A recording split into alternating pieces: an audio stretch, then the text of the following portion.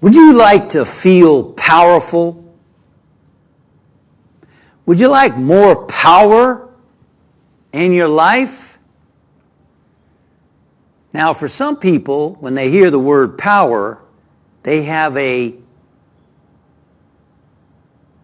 strong negative feeling about that word, because they think that by power we're talking about worldly power, power of manipulating people with money, with position, with intimidation. That's not what we're talking about when we talk about power. As Ernest Agayamang Yaboa said, people who don't know the power of their mind shall only have power without power. That's what I'm talking about. I'm talking about inner power. The power of spirit.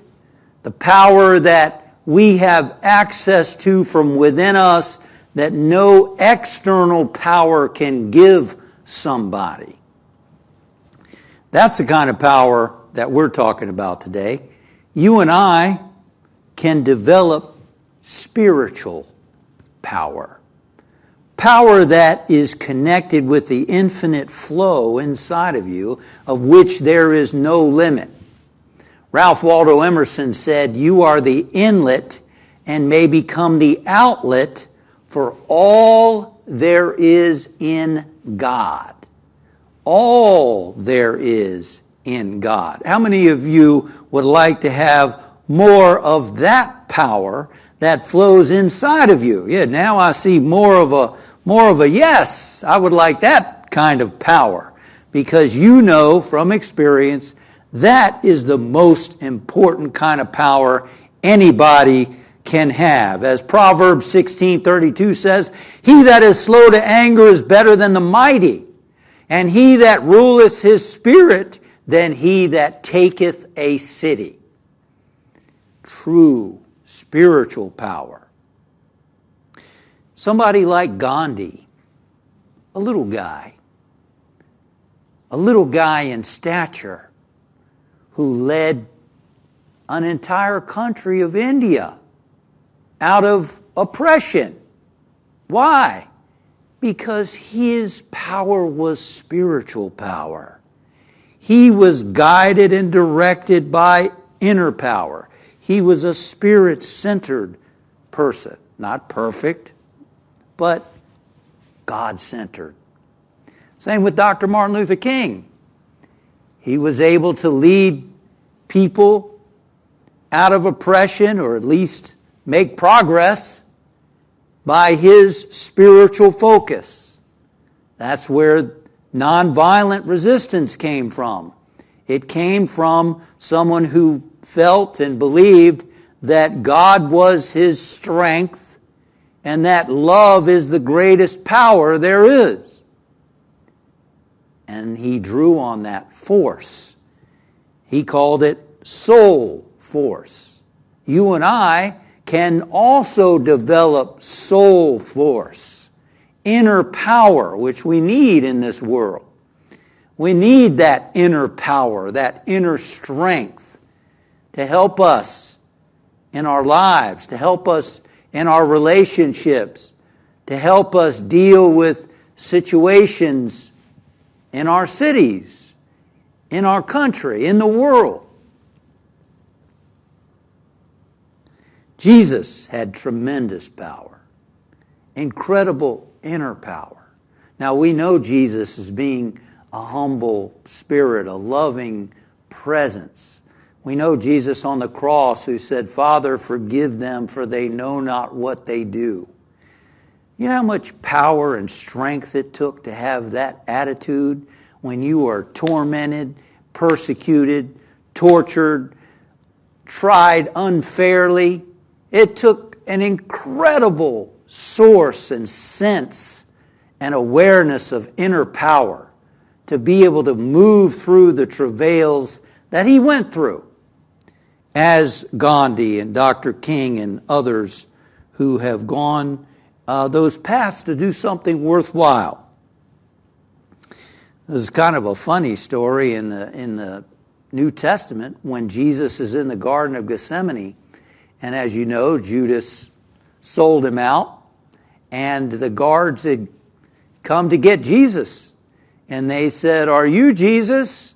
And this is in the scriptures, and Jesus said, "I am."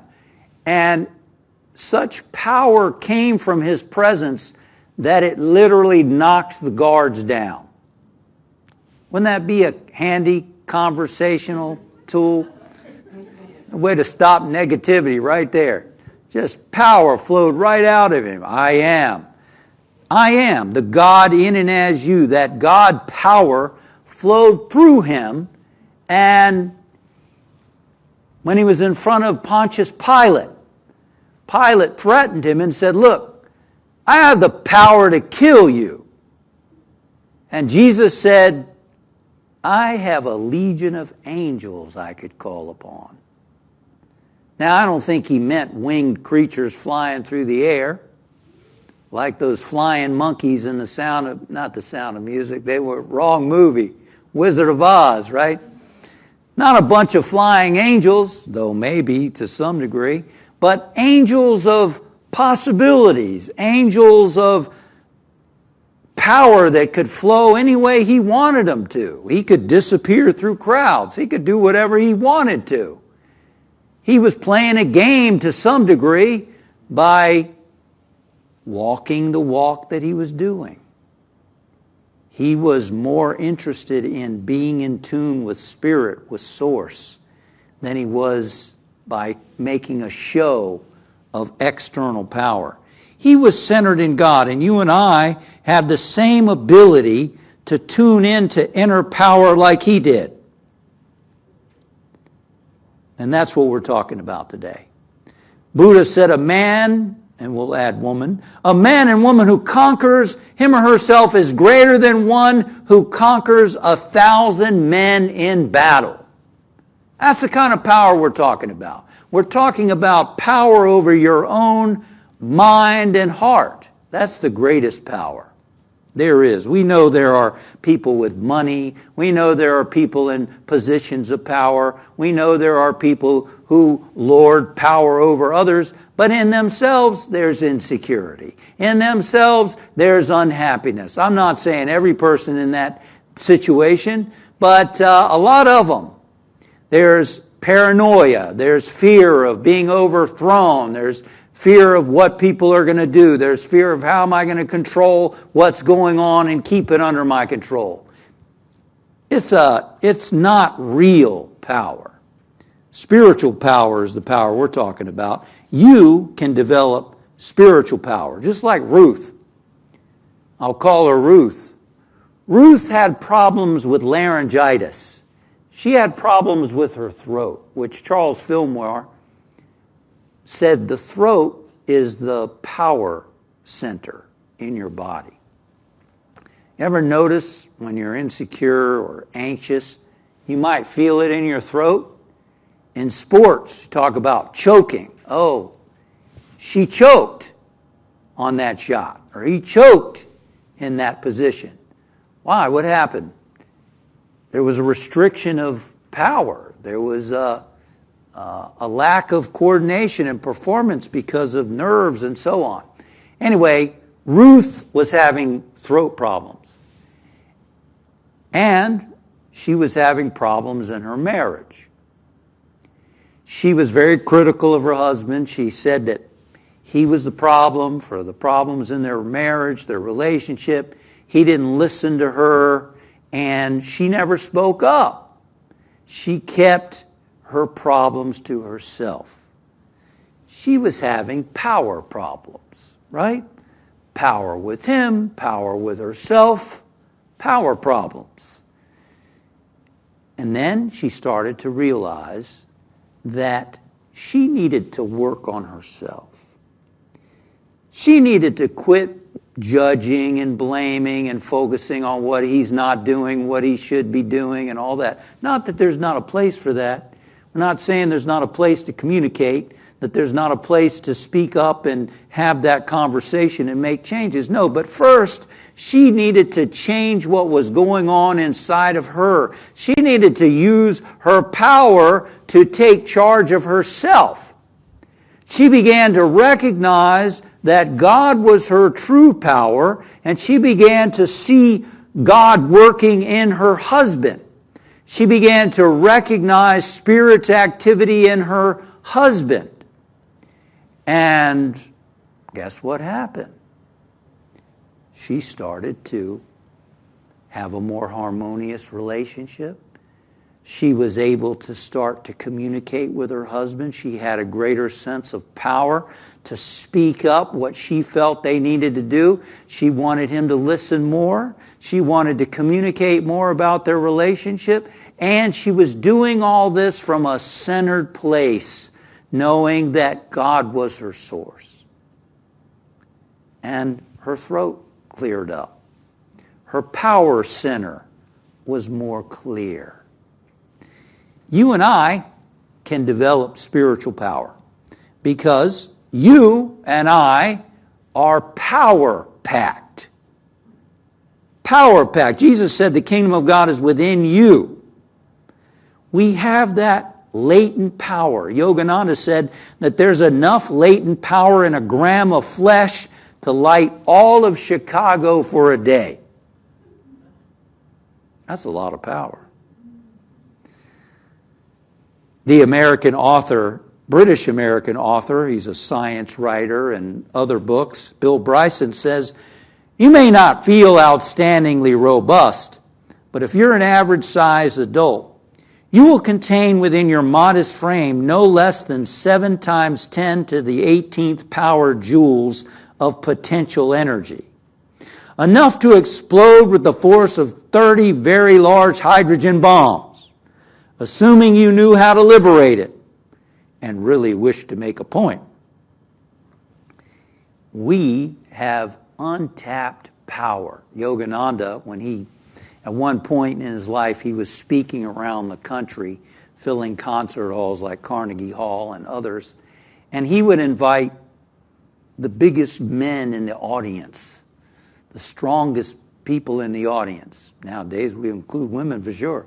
Men and women coming up to try to hold him down. And he would tap into that power and he would throw them all off with a shrug because of that inner power. He was just trying to demonstrate that we got a lot more power inside of us than we're using. So you and I are power-packed. He used to teach what are called energization exercises. Exercises to draw in this energy and power into your body, into your cells, right? When you drink water, you're nurturing the mitochondria, the energy centers in your cells. Well, he believed in drawing from that inner power that we all have. Because sunshine, food, water, supplements, all of that is important and necessary. Exercise, we need all of that. But that's not enough. We need that inner spring of power, that inner energy of power. I'm going to invite you now to do a couple of energization exercises for me. Let's all stand up if you're comfortable standing up. And let's do a little energizing exercises. I'm going to ask you you're going to draw in your breath and then you're going to tense every muscle of your body. But here's the deal. I want you to touch that hollow cavity at the back of your skull, right there. Feel that hollow cavity? That's the medulla oblongata. The yogis tell us that that's where energy flows into your body and created your nervous system in the first place. So what I want you to do is I want you to imagine energy flowing from that place into all your cells. Imagine light going from that spot into all your cells as we take a nice long deep breath. Here we go. Take a deep breath. And now tense every muscle in your body, vibrating with energy. Imagine that light filling every cell and exhale. Good, good, good. Now, walking in place. I'm awake and ready. I'm awake and ready. I'm awake and ready. Let me hear you. I'm awake and ready. No, I'm awake and ready. I'm awake and ready. I'm awake and ready. I'm awake and ready. Good. Now rubbing your body cells. Awake, rejoice, my body cells. Let me hear you. I hear one person. Awake, rejoice, my body cells. Good. I am positive. Energetic. Enthusiastic. All right, good. I am positive. Energetic. Enthusiastic. You got it. All right, wrapping your body. I am the master of my body. I am the master of myself. I am the master of my body. I am the master of myself. Good. Now feel your body. How does that feel? More energy, isn't it? Where did that come from? There's an infinite source that is inside of us, available to us, all around us, and we have a way to tap into that presence and that activity. In our retreat coming up in September, we're going to do a variety of things like this to tap into that inner joy that is ours. Energy is joy. The more you tune into that energy, the more joy you have. And you know what? We all want more joy. We all want more power, spiritual power. We all want more of that juice, whatever you call it. Thank you. Please be seated. Now, if we're so powerful, why aren't we always feeling that power? How come we're not feeling powerful? How come people feel like they can't meet the problems that they're facing? How come people feel, how am I going to go on? How am I going to handle this? I don't know what I'm going to do. I'm weak. I don't feel like I have the strength to make it through. How come people feel that way? How come we don't feel like we're walking on water? How come we don't feel this joy and juice all the time? One of the problems is because we're looking for people outside to give it to us. One of the problems is we're looking outside for something to make us feel joyful, energetic, powerful. We're looking for approval. We're looking for more of this. We're looking for more of that. We want people to behave a certain way. If only she would do what I tell her to do, or he would behave and talk to me kindly and do nice things for me. If only he would read the 5 love languages and do all that stuff, then I'd finally feel loved and I'd feel powerful. You know, we're always looking for something out there to open us up, to make us feel good. Guess what? It doesn't work, does it? Because nobody is ever going to do all that for you or me. Nothing is ever going to do that all for any of us. In economics, they call it the law of diminishing returns. After a while, it doesn't do it for you anymore. You need a bigger house. You need a bigger car. You need more of this. You need of this. You need of that. It's the way it is. In psychology, they talk about the law of adaptation. You keep eating your favorite food, guess what? You eat it for breakfast, lunch, and dinner. In a few days, you're not going to want to ever see it again. I did that with mangoes many years ago. I was on a mango kick. I was eating mangoes. I don't even want to see a mango nowadays. I avoid that section in the supermarket. That's anything, everything. Everything. Notice it. Watch it. See it in yourself. It happens. We block that flow. It's there, the flow is there, the power is there, but we block it. We block it with our attitudes. We think we need things to be this way, and I want this, and I don't want that, and I'm going to create my perfect life, and, I'm going to live just like I got these pictures on my wall, and everything's going to be exactly the way I want it to. Really? I'd like to see that. I don't think so. No, it's not. It's not. The world is happening, right? Life is happening. Everything that we see is a result of forces. Forces. Gravity, electromagnetic energy, positive nuclear, weak nuclear. Everything we see is a result of forces that are at work. And the world's going to be the way it is. And we block our energy by going, I don't like the way it is. I don't like the way she's behaving. It's hot out there. It's too hot. It's too cold in this room. Why is it so cold in here? Well, because it's hot out there. I know it's hot out there.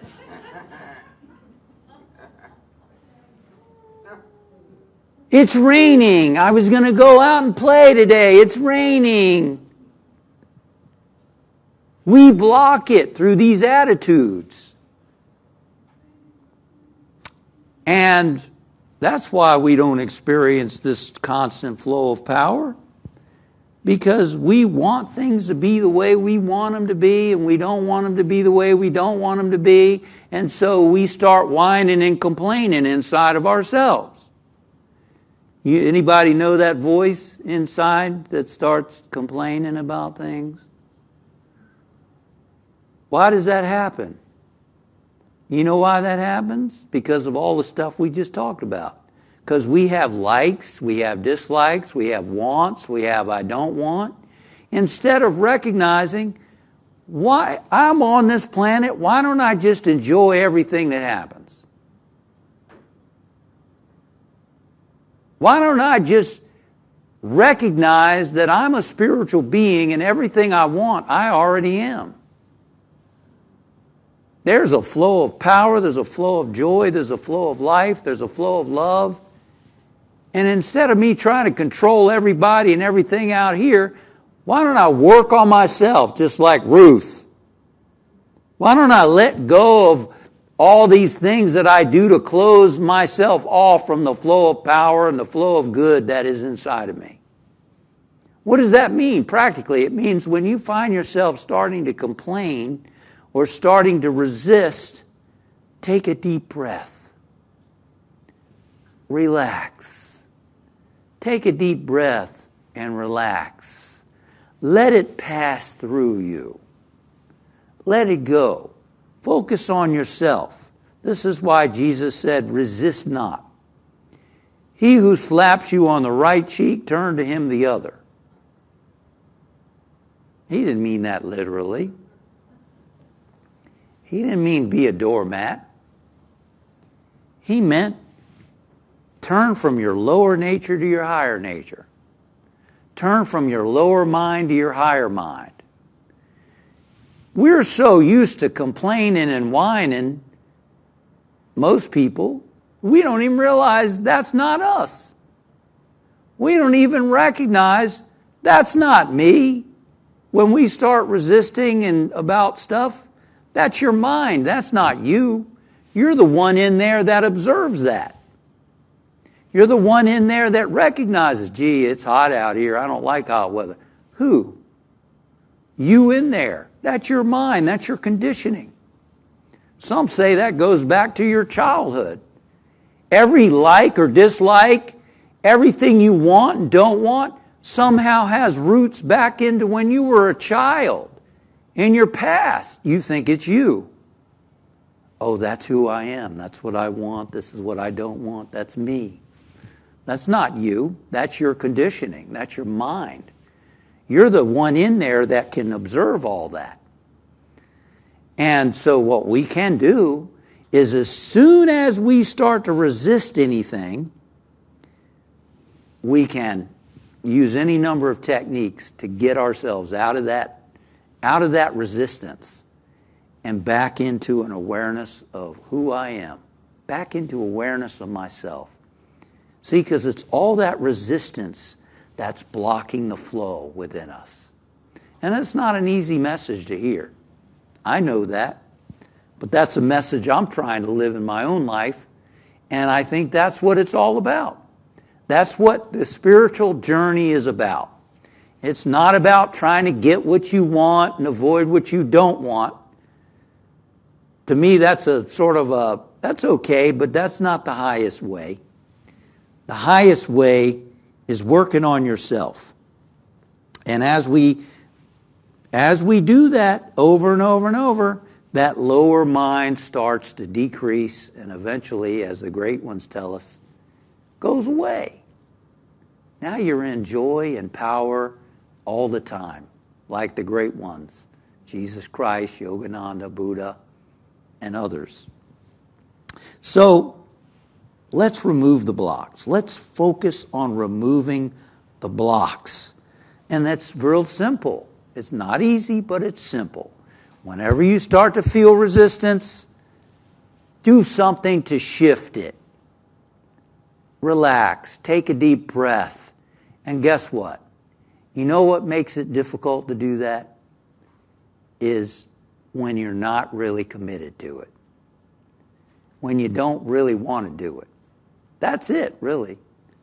But if you really want to be in tune with this beautiful energy inside of you, that's when you start making that choice. Moment by moment, by moment, by moment, by moment. Every moment.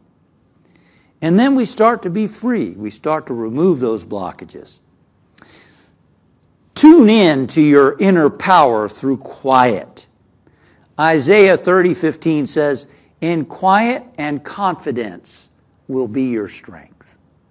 In quiet and confidence will be your strength. At the center of a hurricane's got a lot of energy, right? A lot of power. On the circumference of a hurricane, what's happening in the center? The eye, right? The center of calm. Tornado, lots of energy in the center. Quiet. In quiet and confidence will be your strength. When you see these great warriors of the past, samurai or whoever it might be, they're not running off. They're very calm, very quiet. But boy, you better be aware. If you're not as equal to them, you better turn around and run, because there's a lot going on inside of there. Centered and poised in power, in quiet and confidence. Do you have time to spend in silence, in quiet? How many of you take time? You don't have to raise your hand. How many of you take time daily to spend some time in quiet? I'm not talking about in quiet with a phone. That's not quiet. Watching videos by yourself is not quiet.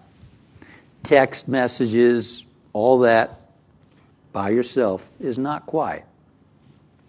Reading a book by yourself is still a dialogue with the author. Do you take time, sometime, to just be with you, with yourself?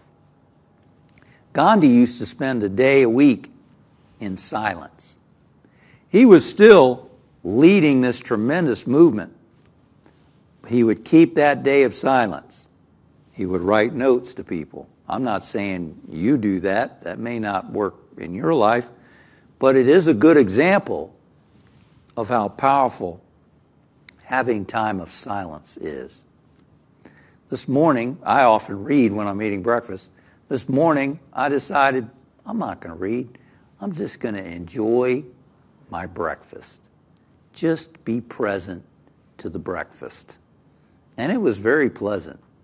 Taking time in prayer and meditation, in nature, or just eat a meal in silence, in quiet.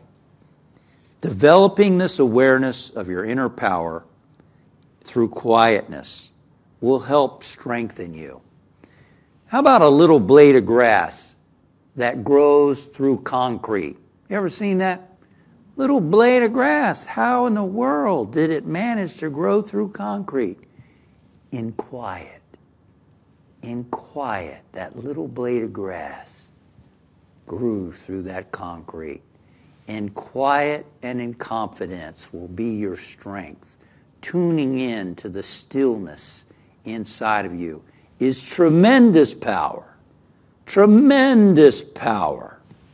I know when I was taking care of my parents in nursing homes, I was looking after my stepdad and my mother who had bone cancer.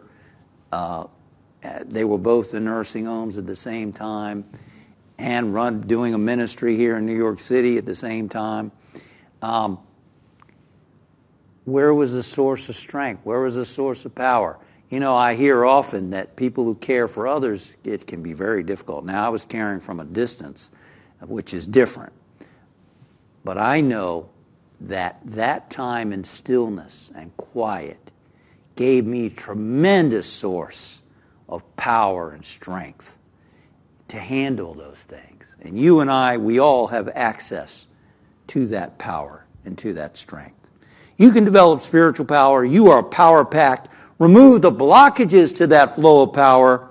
Tune into power through quiet. You might have heard of Gladys Aylward.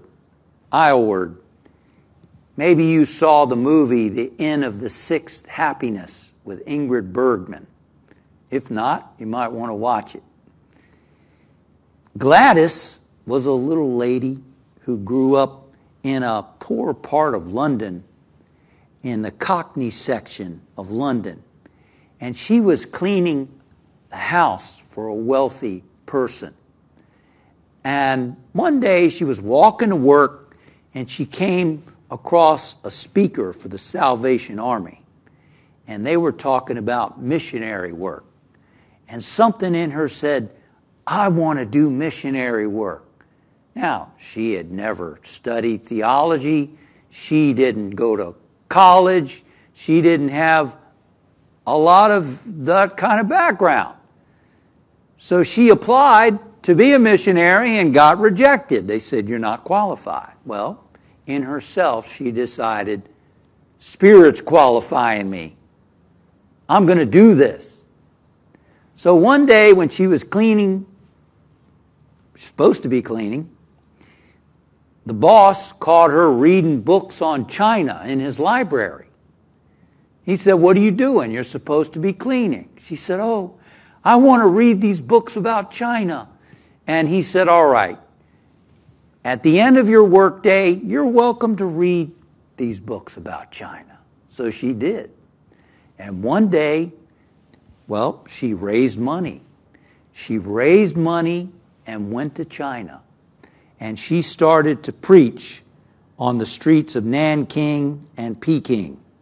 She taught people about the power of God that was within them, and that through that power, no earthly force could stand. One day, the prisoners in the local prison were loose, and the most dangerous criminals were running around the yard.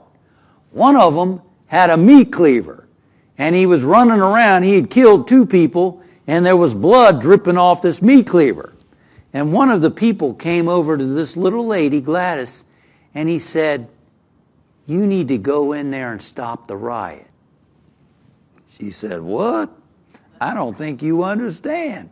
He said, no, I've heard you preach, and you say that the power of God is with you. You need to go in and stop this riot. And she thought to herself, if she's going to continue to preach the power of faith to these folks in China, she needed to do that. So the authorities let her go in the gates, and then they closed them behind her. And all of a sudden, she found herself face to face with this big, crazy-looking guy with a meat cleaver. And he, standing in front of this little lady, he was bewildered by her confidence and her power. And she said to him, give me the weapon. And he gave her the weapon. And then she went and she talked to the other prisoners and she said, look, if you will surrender yourself, we will try to get leniency for you and forgiveness for what you've done. That little lady was power-packed. She was small in stature. She started out very humbly in her life. She didn't have worldly power. She didn't have position. What she had was her faith. What she had was a faith in the presence and activity of Spirit working in her life. She was power-packed. And you know what? You are power-packed. You are power-packed. Isaiah says, let the weak say, I am strong. What does that mean? Let the weak say, I am strong. That means begin to identify with your spiritual power. That means turn from your lower nature of your humanness that feels, how am I going to go on? How am I going to solve this problem? How can I deal with this relationship? What am I going to do about this health problem? How can I live in a world where there's so much violence going on around me? What can I do? Well, you know what you're going to do? You're going to identify with the fact that you are strong. In the Spirit of God within you, you have access to a flow of infinite power. And yours is to claim it for yourself. I am power-packed. Those words I am mean God in you is power-packed. Not your little self, not your human self, not your little self that was raised to think that you were weak and that you couldn't do this and you couldn't do that. Not your little self. No, your real self. You, the one that's in there. That is power-packed. I am power-packed. Would you say that with me together? I am power-packed. Let's say it loudly together. I am power-packed. Now, a little softer. Together. I am power-packed. Good. Now in a little whisper.